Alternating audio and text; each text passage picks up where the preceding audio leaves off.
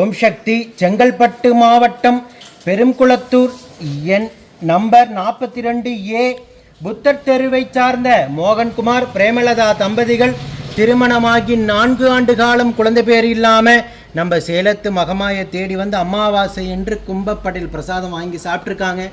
வாங்கி சாப்பிட்டு அதே மாதமே அம்மா மனமிறங்கி கருவை தக்க வச்சு அழகான ஆண் குழந்தை ஈண்டெடுத்து வேண்டுதல் கடன் செலுத்தியிருக்காங்க. அவங்க கணவரால் வர முடியல. தற்சமயம் அப்பாவோட அம்மாவோட வந்து அம்மனுக்கு வேண்டுதல் கடனை செலுத்திட்டு உங்கள் முன்னாடி சாட்சியாக நின்றுட்டு இருக்காங்க. இந்த குழந்தை அங்கத்தில் கழுபினி இல்லாமல் பயப்பட முடியும்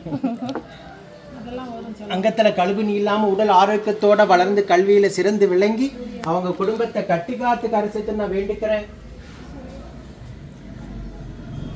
இந்த வீடியோ பார்க்கின்ற பக்த கோடி பெருமக்களாகி நீங்களும் வேண்டிக்கங்க.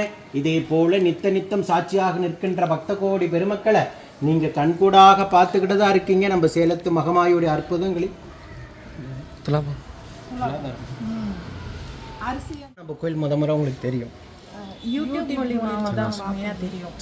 அதுக்கப்புறம் எனக்கு எதிர்ச்சியாக எனக்கு அப்போ தான் நான் ப்ரெக்னென்சிக்கு ட்ரை பண்ணுறேன். அப்போ தான் சேலத்து அம்மனே எனக்கு இந்த இன்னொரு ஜெயந்திக்கு அவங்களோட தான் வந்துகிட்டே இருந்துச்சு. சரி இந்த அம்மன் எனக்கு கூப்பிடுறாங்கன்னு நினச்சி நான் அப்போ தான் வந்தேன்.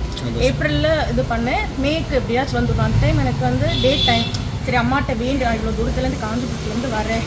ஸோ அதனால அவ்வளோ தொலைவில் இருந்து வந்து முதல் மாதமே அம்மா வரம் கொடுத்துட்டாங்க. அம்மாவை பற்றி என்ன நினைச்சிங்க? ரொம்ப சந்தோஷமா இருந்துச்சு. ஆனால் ரொம்ப என் பொண்ணுக்காக நான் வேண்டி வந்தது பச்சை பருப்பு கிடைச்சிது. அது என் பொண்ணுக்கும் என் மரும்பிள்ளைக்கும் கொடுத்து அனுப்பினேன். அதை சாப்பிட்டாங்க. சாப்பிட்ட பிறகு தான் அப்படியே தங்கிடுச்சு. ஆனால் கும்பப்படையிலுக்கு வந்து சாப்பிட்டு பச்சை பயிரும் கொடுத்தீங்க. சந்தோஷமா. இப்போ பக்தர்கள் என்ன சொல்ல விரும்புறீங்க? இதே மாதிரி எல்லாருமே வரணும், அந்த கோயிலுக்கு வரணும்.